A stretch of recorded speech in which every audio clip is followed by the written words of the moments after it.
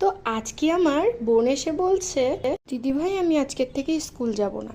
আমি যখন বোনকে জিজ্ঞাসা করি কেন যাবি না, তখন বোন আমায় বলে যে সবাই কত টেস্টি টেস্টি পাস্তা বানিয়ে নেয়, তো তুই কেন বানিয়ে দিস না আমাকে। তখন বোনকে আমি বলি তুই স্কুল যা, তুই স্কুল থেকে এসে দেখবি আমি পাস্তা বানিয়ে রেখে দিয়েছি। তো খুশিতে খুশিতে স্কুল গেছে, আর এসে দেখেছে আমি এখনো অবধি পাস্তা বানাইনি।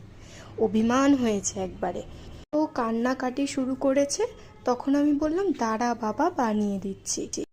পাস্তাটা বানাচ্ছিলাম আর ও আমার পাশেই দাঁড়িয়েছিল আর বলছিল যে দিদি ভাই ভালো করে বানাবি কিন্তু। আর পাস্তাটা আমি সুন্দর করে বানিয়েও ফেললাম। পাস্তাটা বানানোর পরে খেলো ও। তারপরে খেয়ে বলছে যে এখন থেকে স্কুল যাওয়ার আগে রোজ আমি তোর কাছে বায়না ধরবো তা খাওয়ার। কি